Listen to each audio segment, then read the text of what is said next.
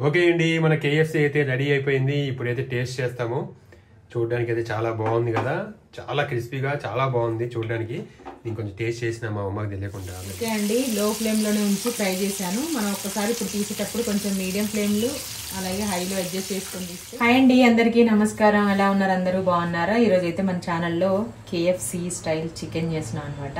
కేఎఫ్సీనే ఇది second time third time మనం చేయడం. కాకపోతే అన్ని లెగ్ పీసెస్ తోటి ఎప్పుడు ట్రై చేయలేదు. ఈసారి మాత్రం లెగ్ పీసెస్తో చేస్తున్నాము. లెగ్ పీసెస్ తీసుకున్నాం 1 kg.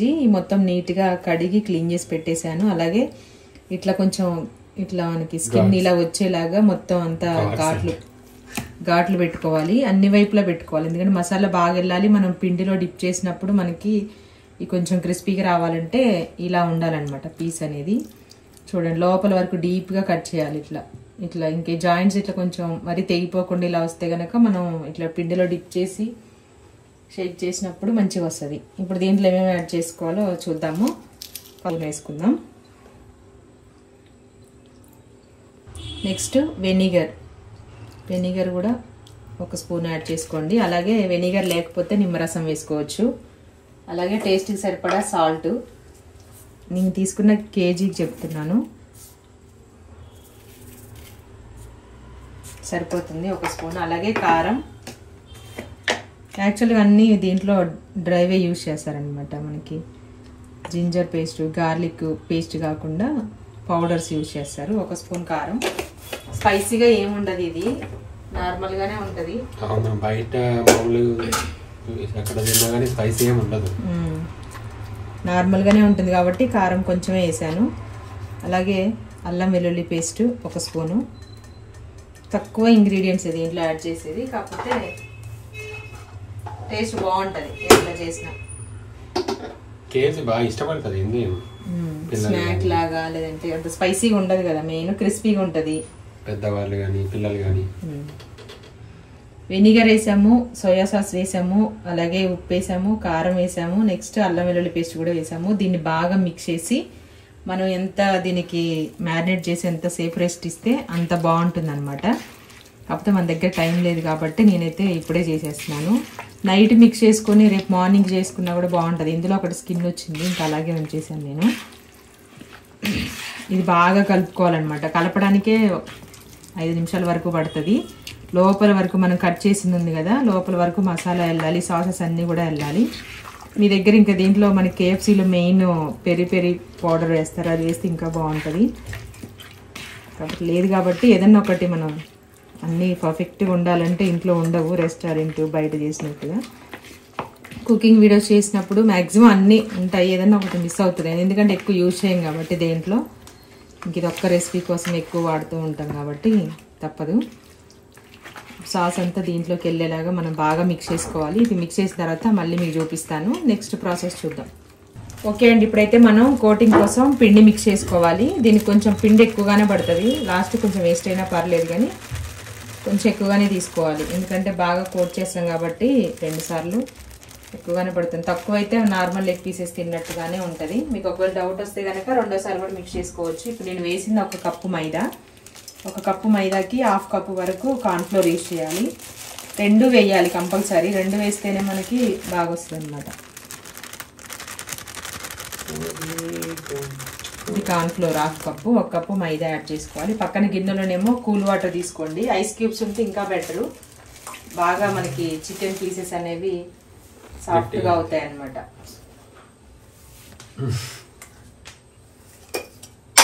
అలాగే పిండి చప్పగా లేకుండా లైట్గా సాల్ట్, నెక్స్ట్ కారం యాడ్ చేసుకోవాలి. ఇప్పుడు వీటిని చపాతీ చేసుకుంటే ఎలా ఉంటుంది,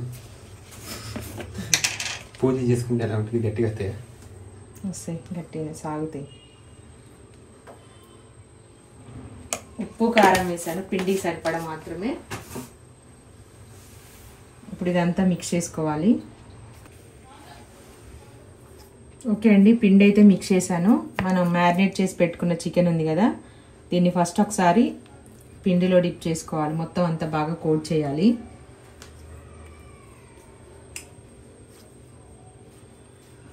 మొత్తం ఈ లెగ్ పీస్కి అంతా లోపల వరకు పట్టించేసేయాలన్నమాట. ఇలాగా మనం చికెన్ ఎంత బాగా కట్ చేసుకుంటామో రెసిపీ అనేది అంత బాగుంటుంది అనమాట చూడడానికి. దీంట్లో వేసే ఇంగ్రీడియంట్స్ కరెక్ట్గా వేస్తే టేస్ట్ బాగుంటుంది.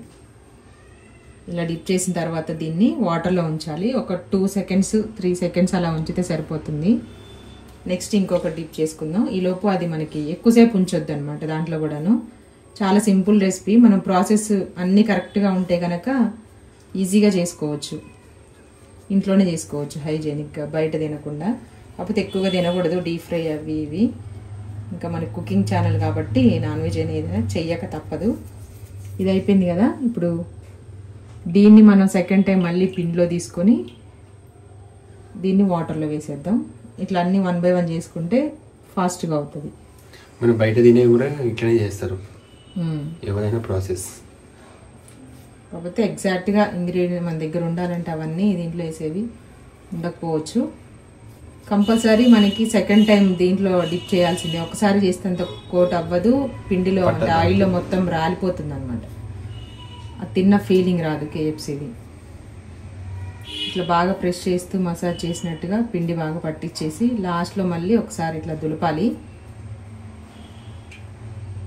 చూడండి, ఇప్పుడు దీన్ని ఒక ప్లేట్లో తీసుకోవాలండి, రెడీ అయినట్టు. అంతే. ఇవన్నీ రెడీ అయిన తర్వాత మళ్ళీ చూపిస్తాను, ఇంకా ఫ్రై చేసుకోవడమే. ఓకే అండి, అన్నీ కూడా అయిపోయినాయి కోటింగ్ చేయడము పిండి. ఇప్పుడు ఇంకా మనం ఆయిల్ కూడా హీట్ అయిపోయింది, ఆయిల్లో వేసేసుకోవడమే ఒక్కొక్కటిగా. ఇవి చిన్నగా మనకి స్టవ్ కూడా ఫ్లేమ్ కూడా మీడియం కానీ సిమ్లో కానీ ఉంచే ఫ్రై చేసుకోవాలి. ఎందుకంటే లోపల కూడా మనకి కుక్ అవ్వాలి కదా. స్టవ్ మనం ఫ్లేమ్ పెద్దగా పెట్టేస్తే మారిపోతే పైన, లోపలేమో ఉడకవు, అంతేగా.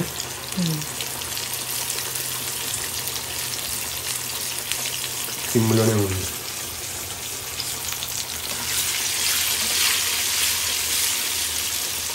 మంచి కలర్ రావాలి.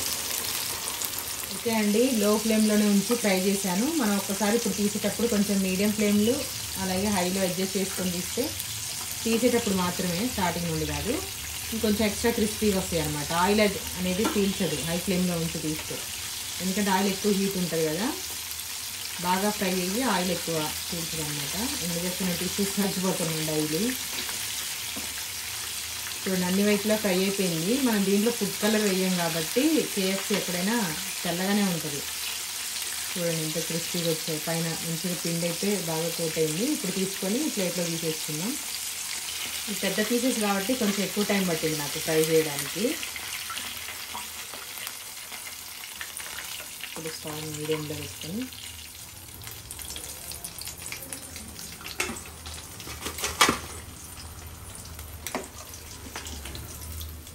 Ready KFC. నెక్స్ట్ బ్యాచ్ కూడా సేమ్ ఇలాగే ఫ్రై చేసుకుందాం. బ్యాచ్ పదమ్మా, హలో.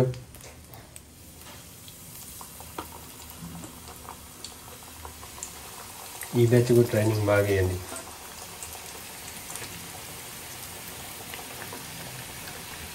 అంతే. ఓకే అండి, మన కేఎఫ్సీ అయితే రెడీ అయిపోయింది. ఇప్పుడైతే టేస్ట్ చేస్తాము. చూడడానికి అయితే చాలా బాగుంది కదా, చాలా క్రిస్పీగా చాలా బాగుంది చూడడానికి. నేను కొంచెం టేస్ట్ చేసిన మా అమ్మకి తెలియకుండా ఆల్రెడీ తిన్నా నేను. చాలా బాగుంది టేస్ట్. ఇప్పుడైతే టేస్ట్ చూసి ఎలా ఉందో చెప్తాను. వచ్చింది బాబు, వచ్చేసిండు కూడా. ఫస్ట్ ఒకటి తిను. సరే తిను.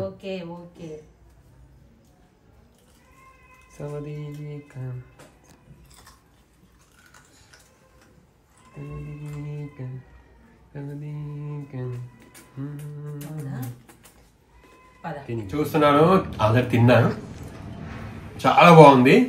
అలాగే ఇప్పుడు సాస్ కూడా చేసుకొని తింటున్నాను.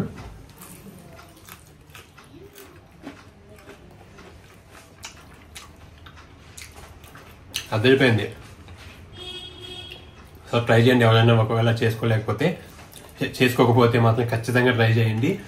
బయట తినే చాలా మంది తినే ఉంటారు, కానీ ఇంట్లో కూడా ఒకసారి ట్రై చేయండి. మన చేతితో మనం చేసుకుని తింటే చాలా బాగుంటుంది. ఇంకా చాలా చిన్న ప్రాసెసే, పెద్దగా ప్రాసెస్ ఏమి ఉండదు.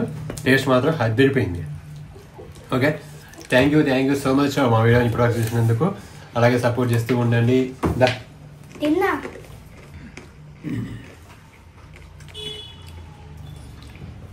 పిల్లలు చాలా ఇష్టంగా తింటారు, చాలా ఇష్టపడతారు కూడా పిల్లలు. Thank you so much. Bye.